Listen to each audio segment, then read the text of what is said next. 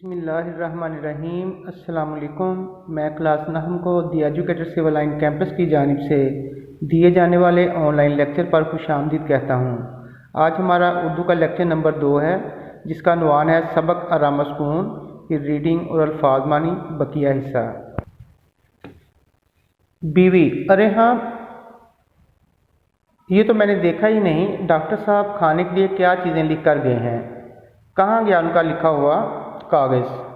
Yellow, ये नीचे पड़ा हुआ है। अभी कहीं कूड़े में चला जाता तो हूँ। माल्टेड मिल्क, ये वो दूध होता है जो मरीज़ों के लिए होता है। नारंगी का रस, साबूदाने की खीर, क्या तैयार करवा दूँ इस वक्त के लिए? मियाँ, जो जी चाहे। बीवी, इसमें मेरे जी चाहने का क्या सवाल? खाना आपका है या मुझे?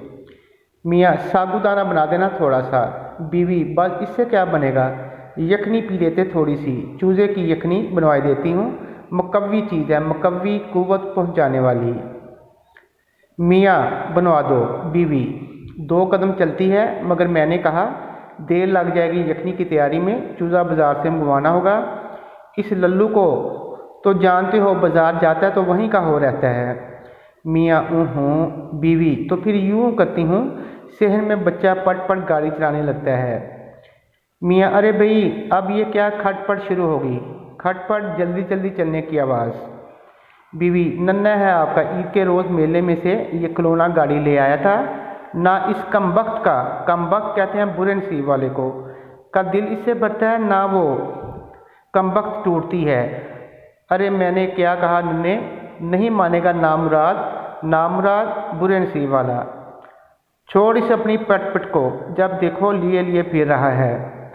साहबजादे का दिल किसी तरह पुर होने ही नहीं आता, यानी किसी तरह दिल उसका भरता ही नहीं।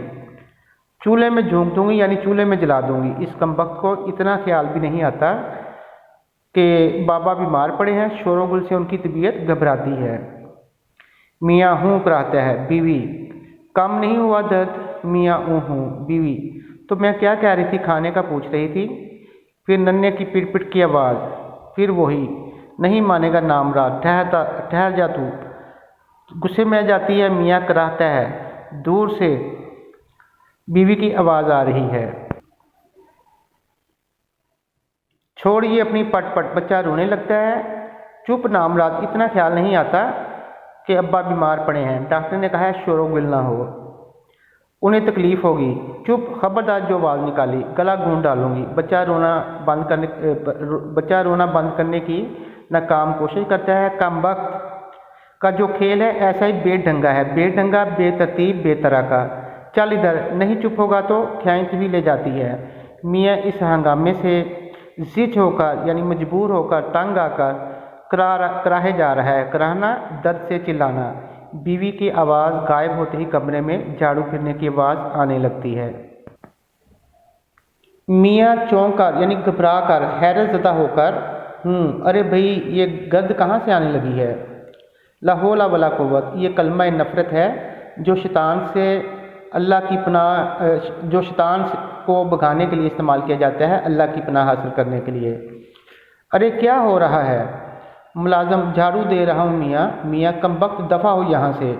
मुलाजम, बीबी जी। मियाँ, बीबी जी का बच्चा निकल यहाँ से, कह दे उनसे। मुलाजम जाता है। कवाड़ बंद करके जा, कवाड़ दरवाज़ा। मियाँ करा कर चुप हो जाता है। टेलीफोन की घंटी बजती है और बजती रहती है। अरे भाई, कहाँ गई? अरे कोई टेलीफोन सुनने तो आओ। ला हौला वला कुव्वत, ये कलमा शैतान से बचने के लिए, अल्लाह की पनाह हासिल करने के लिए बोला जाता है।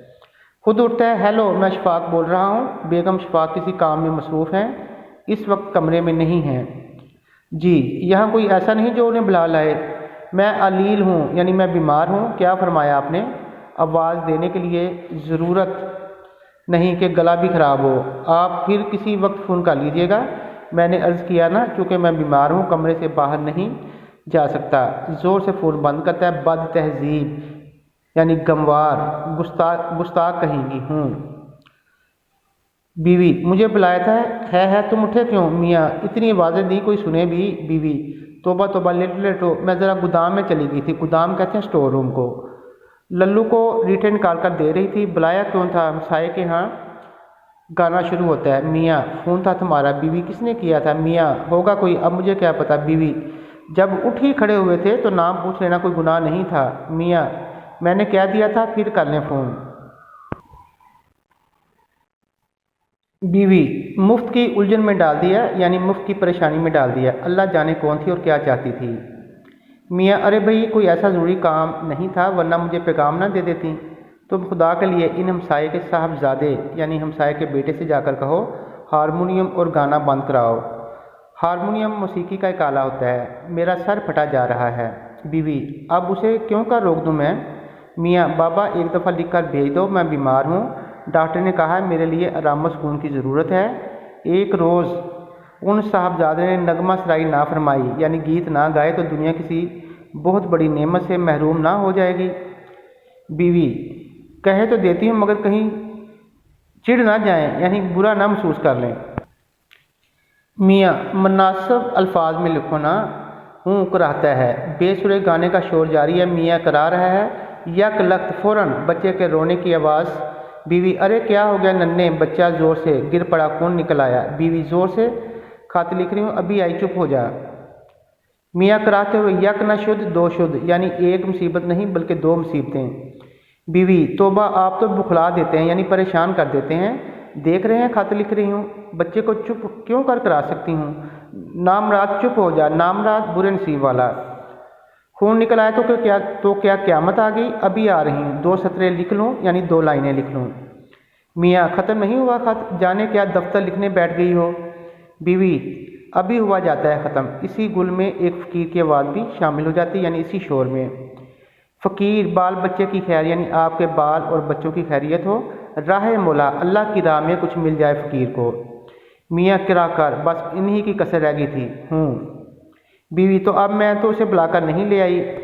मियाँ अरे तो खुदा के लिए उसे रुखसत तो कराओ यानी उसको भेज दो। बीवी ओ लल्लू अरे लल्लू। लल्लू हावन दस्ते में रीठने कूटने शुरू कर देता है। हावन दस्ता चट्टूवट्टा या ओखली और मौसल। बेसुरे गाने में बच्चे के रोने, फ़कीर की सदा और हावन दस्ते की धमक शामिल हो जाती है। मियाँ हाय तोबा तोबा हाय। बीवी अरे नामराद डीठे फिर कूट लेना, पहले इस फ़कीर को रुखसत तो कर दे यानी इस फ़कीर को तो भेज दे। लल्लू रीठे कूटने में अब बीवी की आवाज़ नहीं सुनता।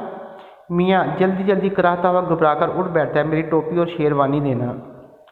बीवी टोपी और शेरवानी? मियाँ हाँ मैं दफ्तर जा रहा हूँ, अभी दफ्तर जा रहा हूँ। बीवी है वो क्यों? मियाँ आराम सुकून के लिए। आज आपकी जो डायरी है, ये जो सबक है, इसकी रीडिंग है, इसके अल्फाज मानी अच्छे तरीके से याद करें और इस सबक का जो खुलासा है वो यूनिक नोट से अच्छे तरीके से याद करके तैयार करें। शुक्रिया।